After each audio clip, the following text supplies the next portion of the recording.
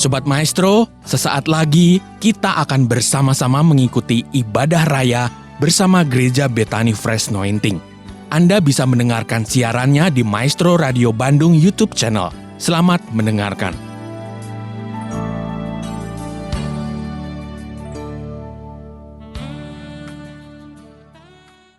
Haleluya, puji Tuhan, haleluya, shalom Bapak Ibu yang diberkati Tuhan, shalom.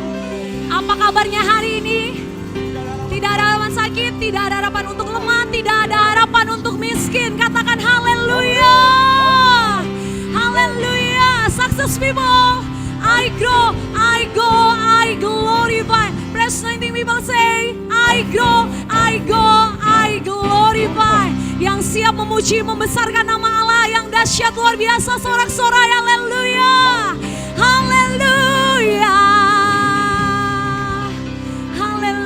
Kita satukan hati, kita berdoa.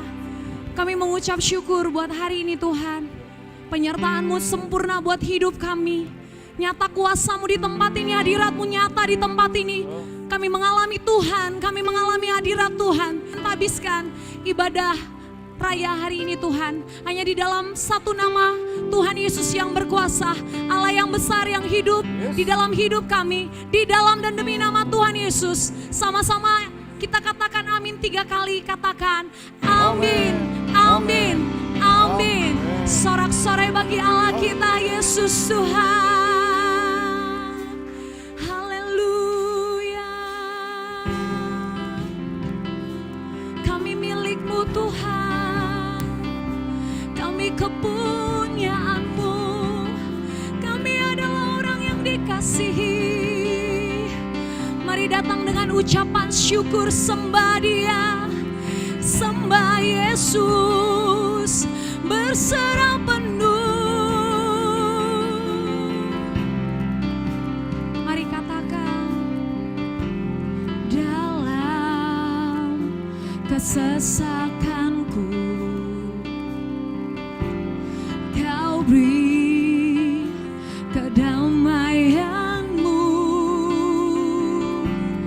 Dalam keraguan ku temukan kamu,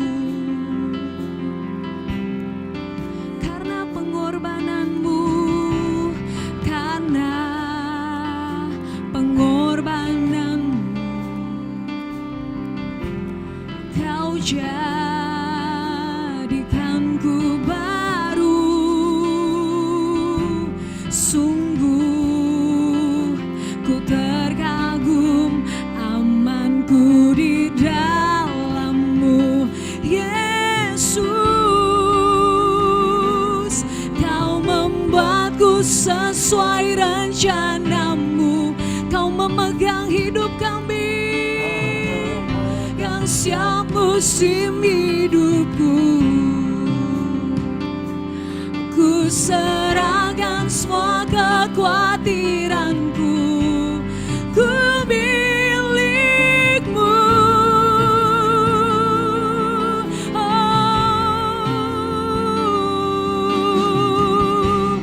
karena pengorbanan-Mu, mari katakan, Kau jadikanku baru. Sungguh ku terkagum amanku di dalam-Mu Yesus. Mari berseru katakan, Kau membuatku sesuai rencana-Mu. Kau memegang. Kami mau katakan, ku serahkan semua kekhawatiranku, ku milik-Mu. Kami mau berseru dan berkata dengan iman kami, semua kekuranganku Kau pun tahu. Oh, tetap Kau pandang indah dalam-Mu. Oh, ku angkat tanganku dan berseru, ku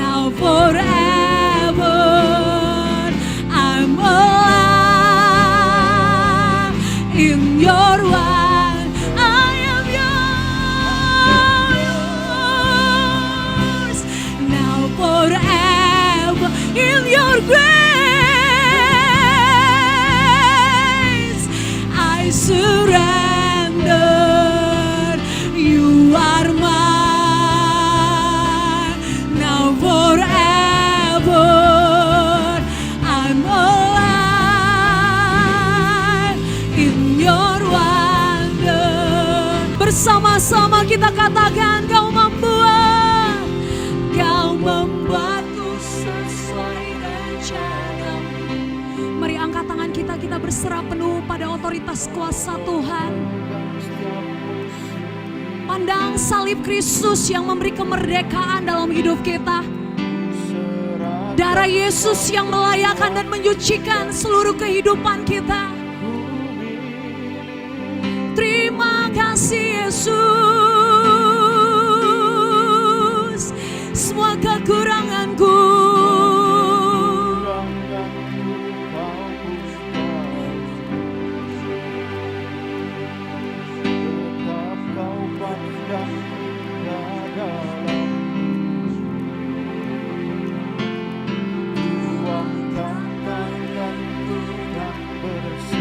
ku milikmu. Lebih lagi katakan, kau membuatku ya Tuhan. Kau membuatku sesuai rencana. Dia yang memegang kehidupan kita. Kau memegang setiap musim hidup. Ku serahkan. Mari berserah penuh, berserah penuh. Oh, Yesus, semua kekuranganku kau pun tahu.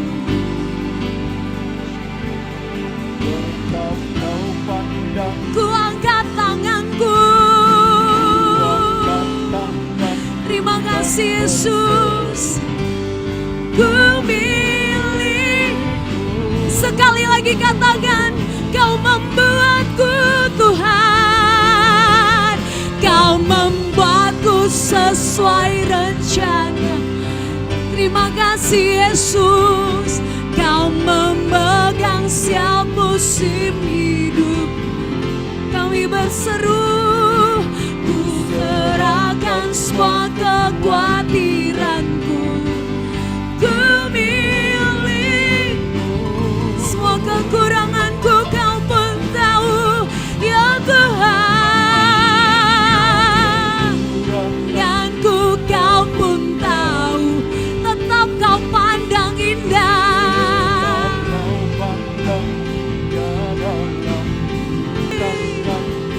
Terima kasih Yesus, ku milikmu. Ku angkat tanganku, ku angkat tanganku dan berseru.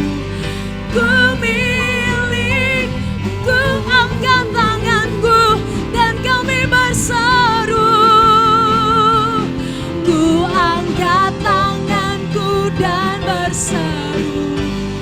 Ku milikmu. Haleluya. Kami milikmu. Terima kasih Yesus. Engkau jadikan hidup saya lebih berharga dan lebih indah di dalam Engkau. Terima kasih Bapa untuk pagi hari ini. Tidak ada kata lain selain ucapan syukur. Bagimulah pujian, bagimulah hormat, bagimulah ucapan syukur kami. Terima kasih Tuhan kalau kami ada sampai hari ini. Semua adalah kasih karunia Tuhan. Terima kasih sampaikan firman-Mu, kami siap diberkati. Dalam nama Yesus yang percaya diberkati berkata, amin. Tepuk tangan paling meriah katakan haleluya. Amin. Shalom. Success people, I glorify. Amin. Tidak ada harapan untuk sakit. Amin. Amin. Amin. Yang mantap. Tidak ada harapan untuk sakit. Amin. Tidak ada harapan untuk lemah. Yes. Tidak ada harapan untuk miskin. Yes. Amin. Haleluya. No more sickness. Amen. No more weakness. Ya. No more poverty. Ya, amin. Saudaraku, tos atas aja saudara. God bless you. Tuhan memberkati. Silakan Haleluya. duduk saudara. Haleluya. Iya. Baik Bapak Ibu, 4 bulan, silakan duduk saudara. 4 bulan tanpa terasa kita baru ketemu kembali ya, haleluya. Saudara setelah 4 bulan kita enggak ibadah onsite, enggak ibadah gedung. Saudara baru minggu lalu di Jakarta kita sudah ibadah gedung. Bandung baru minggu depan, saudara. Ya, saudara, dan kalau saya mau sampaikan buat Bapak Ibu, saya share apa yang saya lakukan 4 bulan ini. Mesbah keluarga selama hari ini 113 malam, saudara. Ya, setiap malam kami mesbah keluarga, dan lewat ibadah mesbah keluarga, saya mau beritahu Bapak Ibu, banjir miracles terjadi. Amin. Saya melihat orang-orang yang sakit, yang sudah divonis oleh dokter, bahkan COVID-19, disembuhkan Tuhan waktu mereka mengambil perjamuan Tuhan. Dan saudara, apalagi yang saya lakukan, saudara? Kalau saudara dan saya hari ini masih sehat, itu lebih dari cukup, saudara. Amin. Kenapa, saudara? Wow. Apalagi Bapak Ibu yang ada di Jawa Timur, di Surabaya, yang sekarang masih red zone ini. Kita sehat, kita hidup, itu lebih daripada semuanya. Amin. Oh, luar biasa. Maka saudara, dalam 1 bulan pertama yang saya lakukan apa? Saya telepon teman-teman hamba-hamba Tuhan yang ada, saya say hello mereka. Mari kita saling berdoa.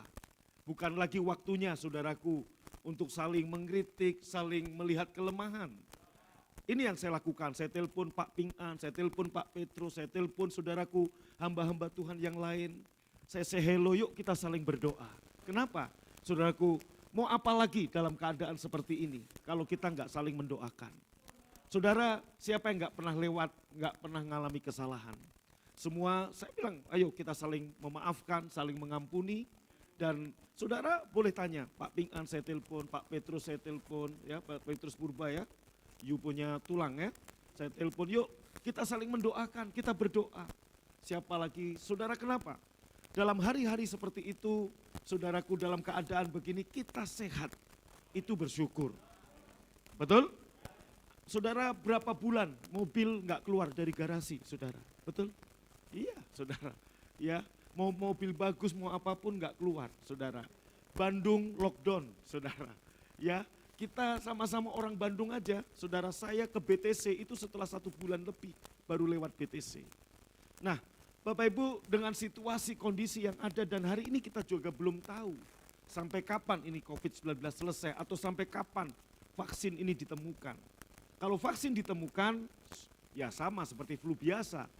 Sampai kapan kita nggak tahu, sehingga akhirnya banyak orang hidup masih di bawah ketakutan. Di bawah, saudaraku, suasana yang tidak nyaman. Nggak kebayang dalam hidup kita ibadah pakai atribut seperti astronot begini, saudara. Saya nggak tahu Anda senyum atau ketawa atau lagi marah, saya nggak ngerti. Karena semua ditutup dengan masker. Pak Kader kumisnya pun nggak kelihatan, saudara. Ya artinya dengan begini, ya untung ini udah minggu kedua. Minggu pertama kemarin di Jakarta saya sempat grogi, saudara. Karena udah 4 bulan nggak khotbah depan umum gitu loh. Dan saya ngelihat jemaat semua pada begini, kan saya nggak tahu ini sukacita atau gimana gitu ya. Haleluya. Puji Tuhan. Minggu depan di Bandung saya udah pemanasan 2 kali. Jakarta, Surabaya, baru Bandung ya. Amin. Maka Bapak Ibu, pesan saya cuma 1 hari ini ya.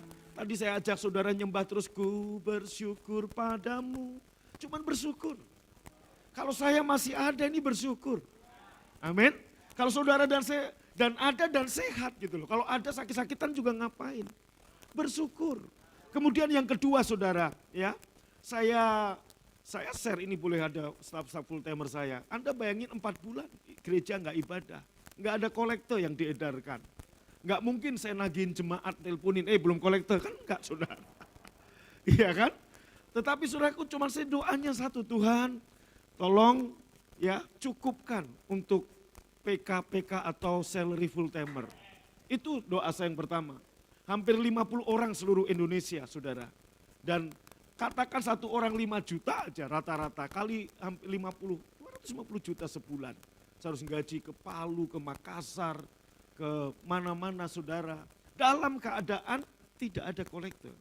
Tapi saya berjanji dari awal kepada staf, nggak akan dipotong, Rp1.000 pun.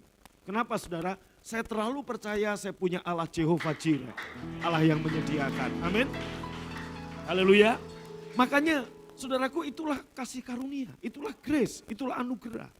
Saya nggak usah khotbah tentang anugerah, Anda lihat hidup saya saja sudah anugerah. Saya orang desa, saudaraku, pendidikan tamat cuman SMA, tapi Tuhan bawa sampai hari ini seperti ini. Berlari sejauh ini, kalau bukan anugerah apalagi saudara. Betul? Kalau bukan kasih karunia Tuhan apalagi gitu loh. Yang nggak punya masa depan lahir, saudaraku umur 7 tahun, sudah nggak punya orang tua ya. Stasiun Solo Balapan, stasiun tempat terakhir saya ketemu dengan ibu kandung saya tahun 74 saudara. Kami nginep di Solo, Budion sama Harvest ada di hotel. Kenapa saudaraku dari kemarin saya bilang begini, kalau Harvest ibadah itu menjadi contoh yang tidak baik bagi jemaat. Kenapa? Karena pemerintah sudah menganjurkan 12 tahun, 13 tahun ke bawah jangan ibadah. Nah kalau nanti ibadah saudaraku akan jadi contoh yang gak baik. Kenapa? Saya selalu pakai masker supaya apa? Kecuali saya khotbah dan makan, ya nggak mungkin kan makan masker lah gimana gitu ya. Supaya apa? Karena ini kan dilihat di seluruh jagat raya saudara. Bukan hanya Indonesia, BFA yang di planet Mars juga lagi lihat ini. Udah amin ya. Senyum dulu dong supaya saya lihat saudara. Nah, ya saudara, maka saya bilang ke Harvest, udah pokoknya kamu ibadah online saudara. Jadi ibadah online. Waktu di Jakarta Budion ke mall sama anak-anak, Harvest di kamar sama saya, nggak boleh ke mall. Kenapa?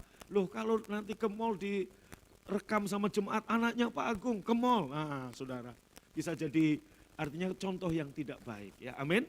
Kalau nanti Harvest sudah seumur Alek, waduh saudaraku bolehlah ya, amin. Tapi udah corona udah nggak ada lagi.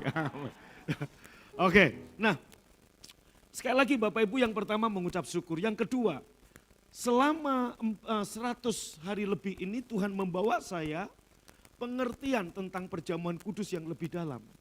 Dan saya melihat saudaraku perjamuan kudus yang kita lakukan, saya nggak bisa mendoakan orang sakit satu persatu. Tapi justru lewat perjamuan kudus, apa yang terjadi? Mujizat kesembuhan. Ya, Anda boleh lihat kesaksian baik yang sudah disaksikan, ada di aplikasi Play Store Anda download. Ada banyak kesaksian, orang-orang yang disembuhkan Tuhan. Orang-orang yang mengalami jamahan Tuhan. Ya, yang baru kemarin saudaraku satu benjolan sebesar telur bebek, jemaat Temanggung kok bisa hilang? Dari mana coba? Didoakan tumpang tangan? Tidak saudaraku. Kuasa perjamuan kudus. Kenapa? Ternyata Bapak Ibu dengan pengertian yang benar, Anda melakukan perjamuan kudus. Saudara, saya dapat rema ini Januari 2019, waktu saya pergi ke Turki dan saudara tiba-tiba di satu kota mata saya satu tuh gelap gitu loh. Dan kemudian pulang dari situ saya periksa, dokter memvonis glukoma dan artinya makin lama penglihatan saya makin pudar dan akhirnya tidak kelihatan. Ya, dikasih obat bermacam-macam. Ya, kadang saya ke Surabaya, ke Palangka, obat ketinggalan di kulkas. Sama Kodeni dipakai, wah luar biasa saudara. Ya, jadi sering lupa makanya karena kan namanya traveling. Jadi bisa ketinggalan di kota mana. Sampai akhirnya Tuhan membawa. Dan April 2019 saya ke Israel lagi, lebih jelas. Pak Kadir ada waktu itu ya. Lebih jelas lagi pewahyuan, yaitu bangsa Israel keluar dari Mesir. Tidak ada satupun, Mazmur 105 ayat 37, tidak ada satupun yang sakit. Gak ada satupun yang lemah, gak ada satupun yang melarat. Kenapa? Ternyata mujizat terjadi dalam satu malam ketika mereka mengambil perjamuan Tuhan. Yaitu saat mereka, saudaraku, menyembelih anak domba atau anak kambing dan darahnya dioleskan di ambang pintu kanan, kiri, atas, menggambarkan salib. Nah saudaraku, kemudian malam itu mereka yang sakit jantung makan jantung kambing atau domba yang disembelih itu. Itu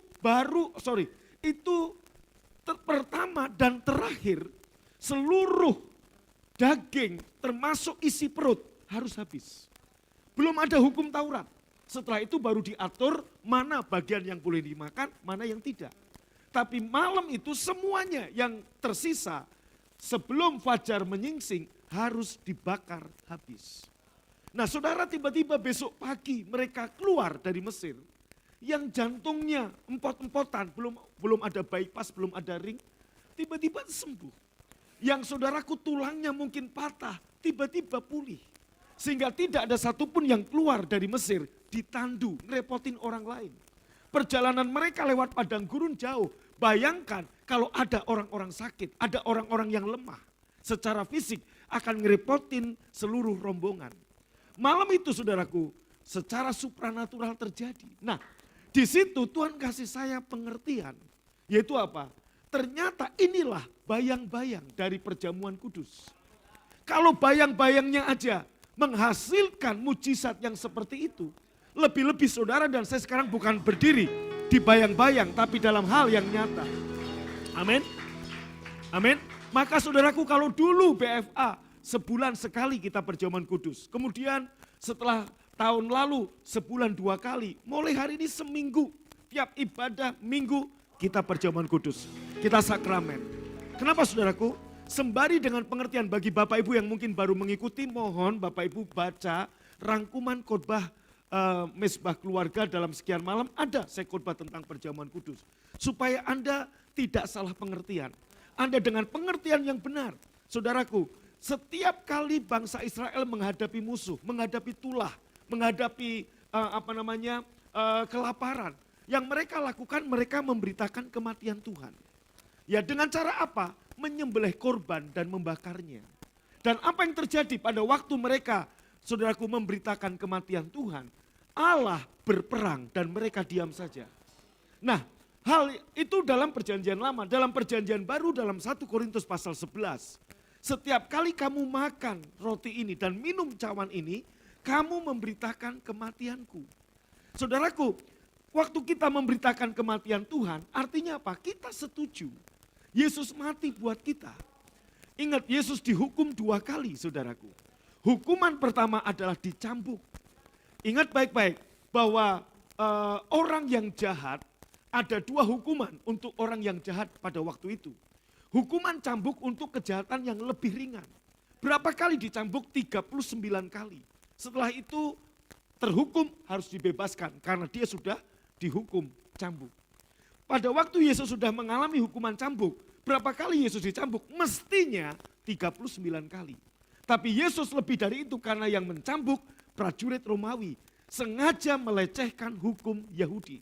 Maka Yesus dicambuk bukan 39, lebih dari itu. Setelah itu Pontius Pilatus ingin membebaskan Yesus karena apa? Dia sudah menerima hukuman. Tapi orang-orang Yahudi berteriak makin kesetanan, salibkan dia, salibkan dia. Akhirnya Yesus setelah melewati hukuman cambuk, dia melewati hukuman yang kedua, yaitu disalib. Saudaraku, hukuman cambuk untuk kejahatan yang lebih ringan. Hukuman salib untuk kejahatan yang berat, langsung mati. Maka 2 orang di sebelah kiri kanan Yesus gak lewat hukuman cambuk, mereka langsung dimatikan lewat salib. Nah, kenapa Yesus harus melewati 2 hukuman? Ternyata hukuman yang pertama, cambuk. Saudaraku, tubuhnya hancur, ya. Cambuk yang diletakkan atau dicambukkan pada punggung Yesus itu berduri. Sehingga begitu tetap mengait anggota tubuhnya, mengait daging-dagingnya. Nah ternyata saudaraku, tubuh Yesus babak belur. Kitab Yesaya berkata, kita pun gak menginginkannya. Kita berpikir saudaraku, sudah gak berbentuk manusia. Artinya kalau Anda nonton film Passion, itu mungkin baru setengah dari bentuk Yesus yang sesungguhnya.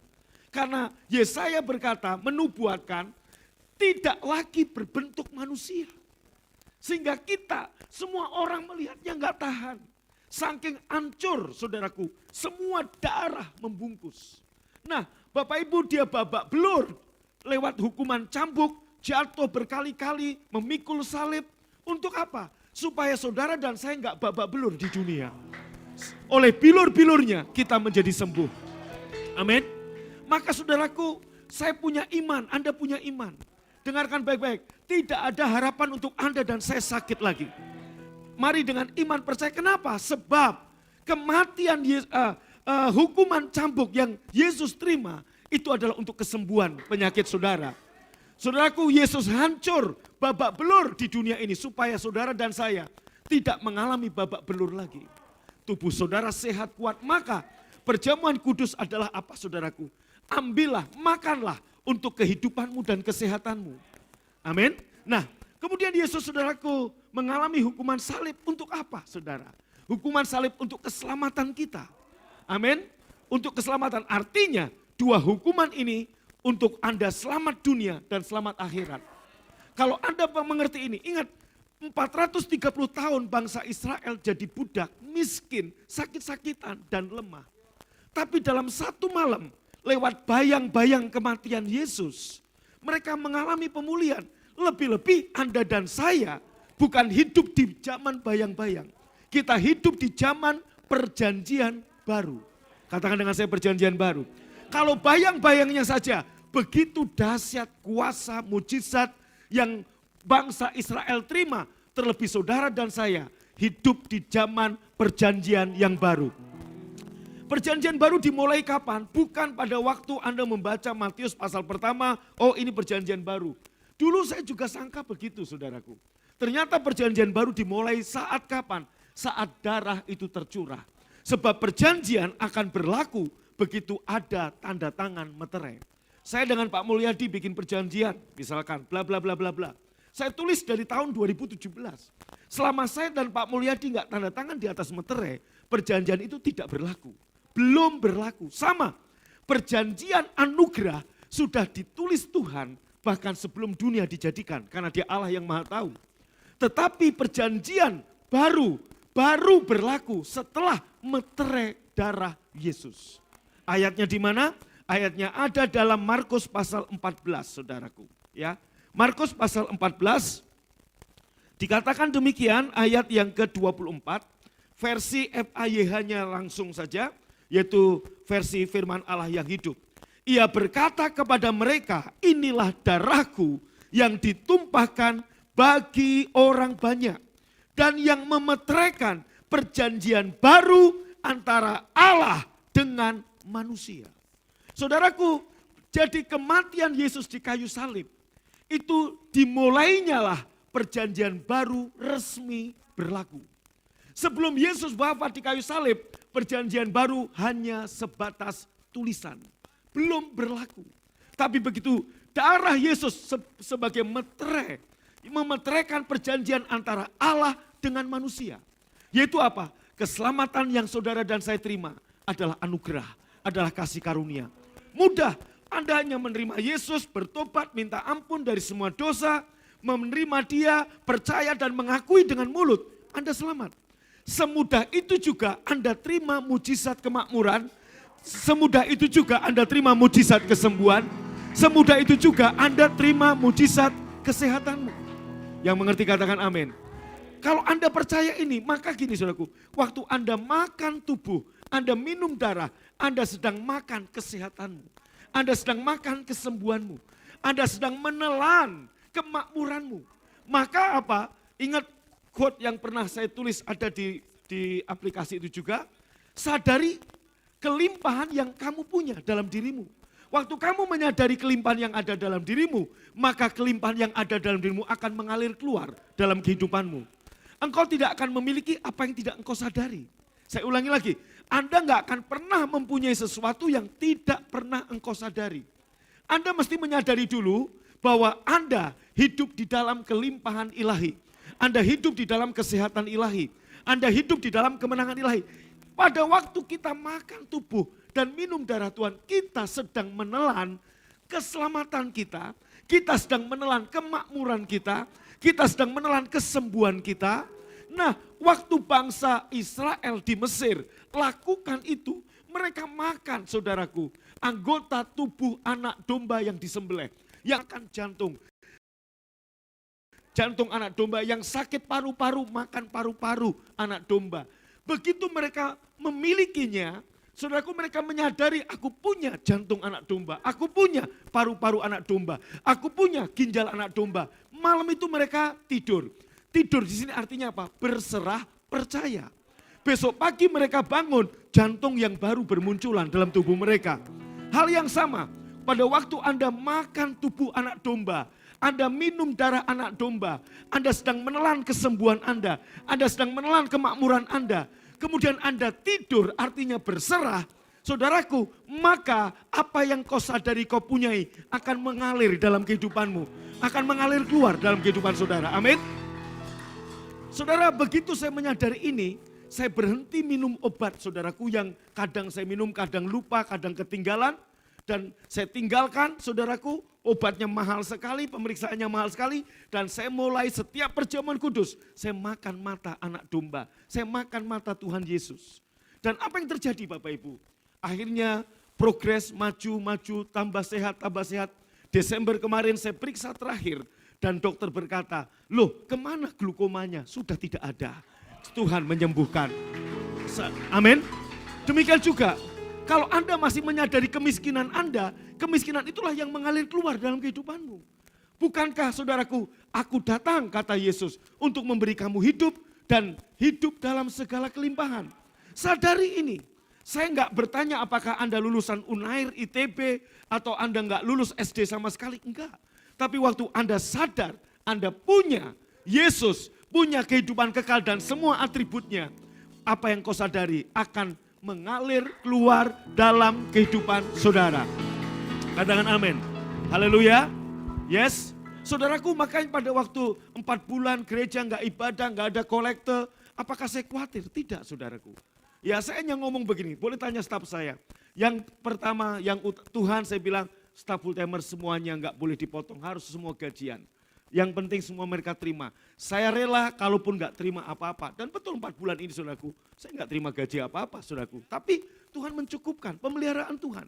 Boleh tanya kedua anak saya yang saya bawa Revival Chris. Setiap hari hampir ada makanan yang datang saudaraku. Yang belum dari Bangkader aja, belum pernah kirim saudaraku. Haleluya. Ya, puji Tuhan. Ya dengan ini artinya minggu depan dia akan kirim, haleluya. Kalau enggak ya keterlaluan lah, udah disindir. Udah disindir di mimbar masih belum juga. Haleluya. Amin. Nah, maksud saya apa Bapak Ibu? Itu contoh saja joke bahwa Tuhan memelihara saya. Haleluya. Amin. Tuhan pelihara Bapak Ibu. Oh, Bapak Ibu puji Tuhan. Banyak hal kalau saya mau saksikan. Maka saya katakan bagi tadi, kenapa saya enggak khawatir? Karena saya menyadari saya punya Yesus. Saya menyadari kelimpahan yang ada dalam diri saya. Saya menyadari kesehatan yang ada dalam diri saya. Amin. Nah, waktu saya tanya orang-orang yang mengalami mujizat kesembuhan dari COVID-19, dari penyakit yang lain, setelah mereka paham, pada waktu mereka ambil perjamuan Tuhan, mereka memahaminya. Aku sedang menelan kesembuhanku. Aku sedang makan tubuh anak domba. Aku minum darah terbaik, plasma terbaik, trombosit terbaik. Aku sedang makan kemakmuranku. Nah, kalau sudah masuk, firman Tuhan berkata, orang baik, siapa orang baik? Kita yang sudah dibenarkan, akan mengeluarkan barang yang baik. Dari perbendaraannya yang baik. Perbendaraan yang baik apa? Hati saudara. Barang yang baik apa? Kemakmuran, kesehatan, kelimpahan, kesembuhan, itu barang yang baik. Artinya waktu Anda makan tubuh minum darah Tuhan, Anda sedang mengisi hatimu yang baik dengan barang yang baik, sehingga barang yang baik ini akan keluar dalam kehidupan saudara. Maka Bapak Ibu, kenapa saya minta Bapak Ibu ikuti yuk program tamat baca Alkitab 8 bulan ini. Anda harus tamat, ini lebih penting daripada tamat S1. Oh betul, ini lebih penting daripada tamat S2. Bukan berarti S1, S2 nggak penting. Oke silakan, tapi ini lebih penting. 8 bulan baca, minimal seumur hidup sekali kita tamat baca Alkitab. Saudaraku, kenapa? Bagaimana kita akan menerima kasih karunia demi kasih karunia kalau kita nggak mengenal Dia? 2 Petrus 1 ayat 2 berkata, seiring dengan pengenalan kita akan Tuhan, ditambah-tambahkanlah damai sejahtera dan kasih karunia kepada saudara. Bagaimana kita mau ditambahkan? Wong baca aja kita nggak tahu. Kita nggak tahu Alkitab. Baca sampai tamat, saudara. Saya mendampingi saudara sampai 7 bulan ke depan. Bagi yang terlambat, ikut. Lebih baik terlambat daripada tidak sama sekali. Katakan amin. Jangan hanya pasukan berani makan cingur saja, saudaraku. Kita harus berani juga baca Alkitab. Kok ada yang amin ya, amin. Dengar, saya percaya keberhasilan, kemakmuran, kelimpahan, keselamatan itu sudah Tuhan takdirkan dalam hidup saudara. Ya dan amin. Ya, bagian saudara kenali Dia, kenali Dia. Nah, firman Tuhan berkata, berkat Tuhanlah yang membuat kita kaya. Susah payah tidak menambahinya, bukan berarti you nggak kerja. You kerja, berkat Tuhan yang ada dalam dirimu akan membuat kamu berhasil. Yusuf makin lama makin sukses. Kenapa? Dia sadar, dia disertai Tuhan. Nah, bagian Yusuf bekerja. Bagian saudara dan saya bekerja. Saya percaya, saudaraku, 4 bulan masa pandemi ini ada sesuatu yang Tuhan akan lakukan dalam gereja kita. Ini musim yang baru telah tiba, saudaraku. Musim panen. Saya melihat hal yang dahsyat, ya. Banyak anugerah yang Tuhan berikan, baik dalam izin membangun gereja, baik dalam keuangan, baik dalam izin sinode, dalam hal yang lain. Saya nggak habis pikir, saudara. Ya, kenapa? Contoh izin sinode aja, saudaraku. Banyak hamba-hamba Tuhan besar pengen punya sinode sendiri. Nggak bisa, saudara. Nggak bisa.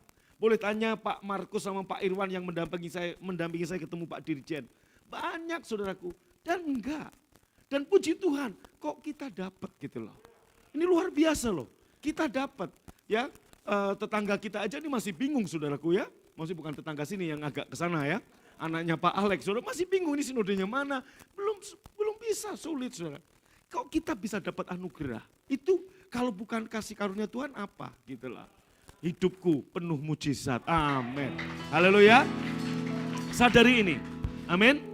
Ya, saudara mungkin ada yang bingung dalam hal apa. Saya tadi sempat share, saya bilang begini Bapak Ibu ya. Saya mengajar saudara supaya apa? 2 sisi mata uang itu nggak bisa dipisahkan ya. Contoh begini saudara. Ya ini uang 10.000, ya nggak apa-apa lah, nanti buat Elidon nggak apa-apa saudaraku ya. Kalau cepek jangan, buat Heri aja. Nggak amin nggak jadi. Saudara, kalau uang ini gambarnya cuma sebelah, satunya nggak ada, nggak laku, betul? Nah, saudara saya katakan begini ya, Pak Kader sayang sama Fanya.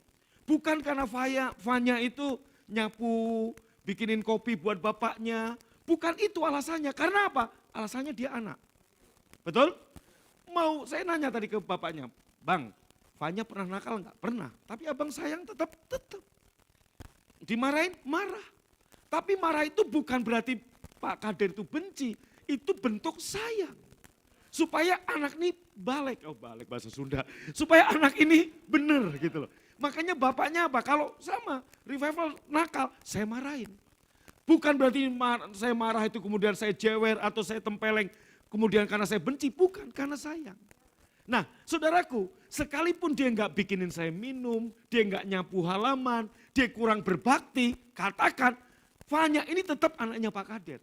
Dan kasih atau sayang bapaknya tidak akan pernah berubah. Karena anak, apalagi ini putri semata wayang. Ya, oh betul kan?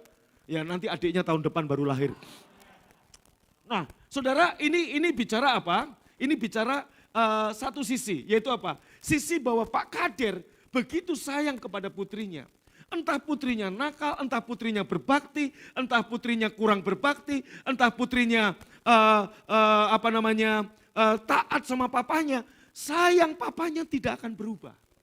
Hal yang sama, Yesus sayang kepada saudara karena Anda dan saya anaknya. Ingat, jangan pikir dengan Anda baca Alkitab tamat kemudian, wah aku sudah tamat Alkitab berarti Tuhan tambah sayang. Tidak, dia tetap sayang. Jadi bagi Bapak Ibu yang gak tamat Alkitab, jangan minder. Kemudian duduknya kemudian di luar sana. Kenapa? Karena saya belum tamat Alkitab Pak, Tuhan gak sayang. Tidak, Tuhan tetap sayang. Amin. Tapi ada sisi mata uang yang lain. Yaitu apa? Sebelahnya. Fanya, kamu tahu papamu begitu sayang sama kamu. Papamu kerja ya dari Palangkaraya pindah ke Kalimantan Timur. Dari Kalimantan Timur ke Kediri dekat pabrik rokok. Asal jangan ngerokok Pak Kader ya. Nah saudaraku, papanya begitu sayang kepada Fanya. Saudara ingat ya, apa yang harus Fanya lakukan buat papanya? Ingat, Fanya taat, Fanya tunduk, Fanya nurut, itu enggak ngubah sayang papanya. Tapi sebagai seorang anak, saudaraku tahu dikasihi, tahu disayang. Apa balasan kita?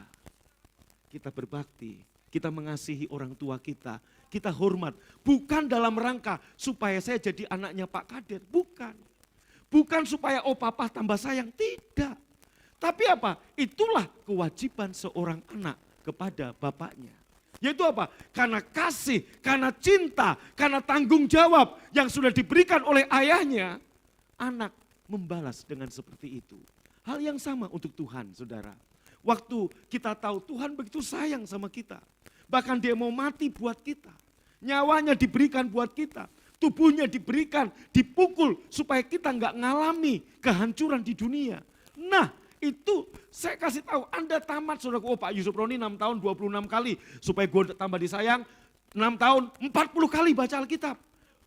Tuhan nggak tambah sayang, tidak. Kenapa? Karena kasih dia tetap tidak berubah. Amin. Lu mau taat, lu mau enggak, Tuhan tetap sayang sama lu. Lu mau nyembah Tuhannya saudaraku, jengking begini bahasa roh, Tuhan tetap sayang. Tetapi sisi mata uang yang lain yaitu apa? Sebagai tanda Tuhan udah sayang sama saya. Tuhan begitu mengasihi saya. Saya terpesona dengan kasih Tuhan. Anda berusaha menyenangkan Tuhan. Amin. Sekalipun apa yang kita lakukan nggak bisa membalas kasih Tuhan buat kita. Fanya, kamu lakuin apa saja nggak bisa membalas. Hitung-hitungan nggak bisa membalas kasih orang tuamu. Nggak bisa. Kenapa? Pepatah Jawa berkata, kasih orang tua pada anak sepanjang jalan. Kasih anak kepada orang tua sepanjang galah atau bambu. Nah saudaraku, itu baru orang tua. Kalau dihitung-hitung, mana bisa kita membalas kasih orang tua kita? Saudaraku, bukan berarti orang tua kita tamat SD, kita udah S2, kemudian kita datang ke papa kita. Papa, karena papa tamat SD, gue S2, papa goblok. Kan gak bisa begitu saudaraku. Haleluya. Walaupun kamu begitu, papamu tetap sayang. Kamu gak akan diusir karena kamu anak. Tapi sebagai anak yang tahu berterima kasih. Nah inilah namanya dua sisi mata uang. Ini pengajaran saudaraku yang saya sampaikan pada saudara. Mungkin Anda saat itu baru nerima sisi mata uang yang satunya. Sekarang saya sampaikan satu sisi mata uang yang lainnya. Kalau saya lagi khotbah tentang Pak Kader, sayang sama Fanya. Sekalipun Fanya kurang berbakti atau saya tetap sayang sama Revival. Sekalipun Revival belum nggak berbakti kepada saya. Anda jangan salah mengartikan, oh kalau gitu nggak usah berbakti sama orang tua. Dia tetap sayang. Bukan. Itu sisi dari bapak kepada anak. Mungkin minggu depan saya akan khotbah sisi dari anak kepada orang tua, kita kepada Tuhan. Saudaraku, apakah kasih itu? Yohanes berkata, bukan kita mengasihi Tuhan, tapi Tuhan yang mengasihi kita. Jadi kalau gitu kita nggak usah ngasih Tuhan, tidak. Karena Tuhan mengasihi kita, wong anjing aja dikasihi bisa membalas kasih kok, apalagi kita manusia. Katakan amin. Amin. Oke. Kembali ke tentang perjamuan kudus tadi saudara. Ya, karena ini sudah live streaming dan saya janji ibadah kita 1 jam seperempat di Surabaya. Kalau di Bandung hanya 1 jam karena tempatnya saudaraku jemaahnya supaya gantian dan perlu waktu 1 jam untuk mensteril ya. Baik, satu saja saudaraku. Perjanjian baru dimulai dari saat darah Yesus tercurah. Jadi saudaraku semua perjanjian, apa sih perjanjian baru? Perjanjian antara Allah dengan manusia, perjanjian tentang kasih karunia, perjanjian tentang anugerah. Berlaku kapan? Ditulis kapan? Sebelum dunia dijadikan, Tuhan sudah menulis. Tapi kapan berlakunya? Pada waktu Yesus wafat di kayu salib.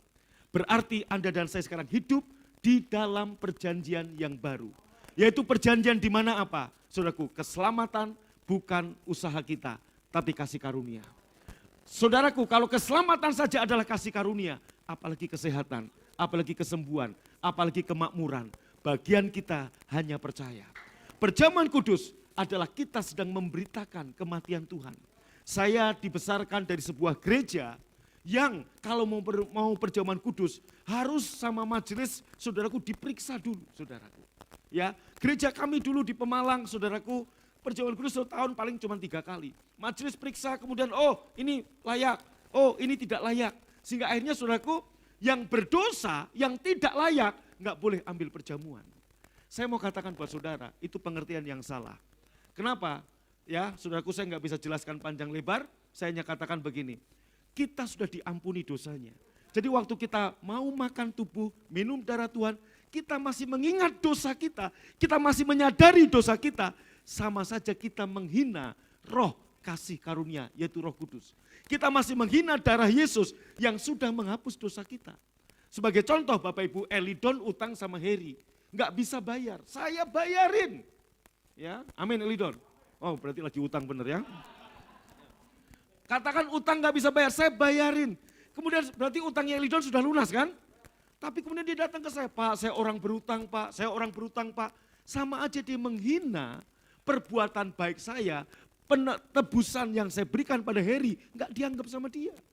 Waktu Anda mau ambil perjamuan dan Anda masih menyadari, aku orang berdosa Tuhan, aku tidak layak Tuhan mengambil ini. Sama saja Anda menghina karya salib Yesus. Yesus sudah menebus dosa saudara. Yesus sudah mengampuni dosa saudara. Yesus sudah membersihkan dosa saudara. Anda sudah diampuni dan benar-benar diampuni. Anda sudah dilayakkan. Kalau kesempurnaan adalah syarat untuk masuk perjamuan kudus, nggak ada seorang pun yang layak ambil perjamuan. Kita disempurnakan oleh darah Yesus. Jadi pada waktu Anda makan tubuh dan minum darah Tuhan, akui, memberitakan kematian Tuhan artinya apa? Mengakui ini tubuh yang tercabik-cabik untuk saya. Anda minum darah Yesus, Anda mengakui ini darah yang tercurah di kayu salib untuk saya. Nah, saya makan, saya minum, saudaraku saya tahu, karena tubuh dan darah Yesus inilah aku bersih dari dosa, aku diampuni. Darah Yesus inilah yang melayakkan aku untuk menerima kehidupan yang kekal. Dengan Anda mengerti ini, Anda akan melihat kuasa perjamuan yang luar biasa. Anda akan melihat, maka akan mengalir dalam kehidupanmu.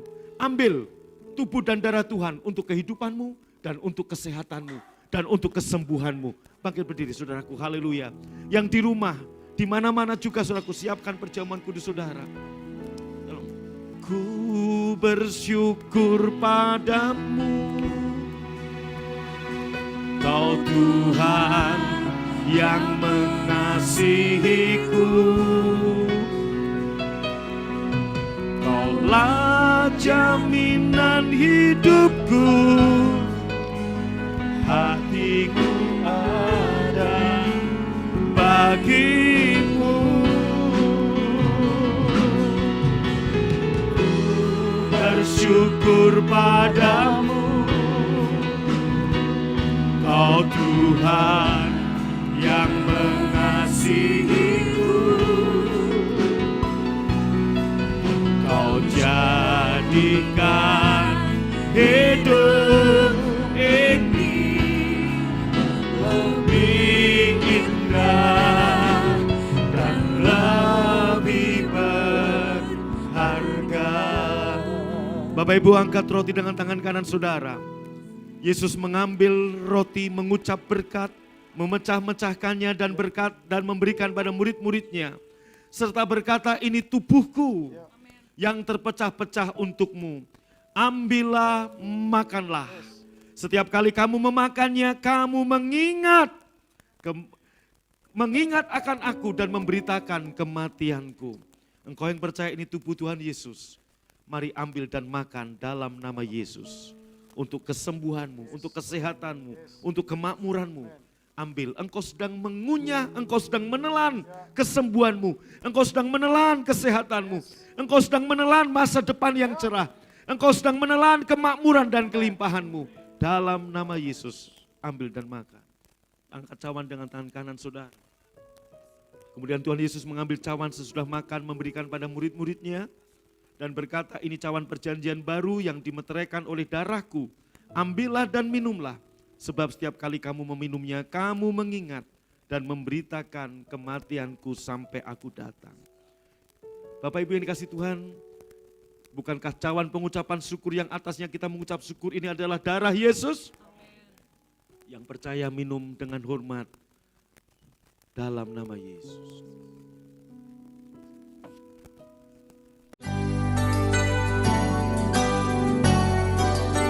Sobat Maestro, Anda baru saja mendengarkan ibadah raya bersama Gereja Bethany Fresh Anointing. Anda bisa mendengarkan siaran ulangnya di Maestro Radio Bandung YouTube channel. Terima kasih atas kebersamaan Anda. Selamat hari Minggu dan Tuhan Yesus memberkati.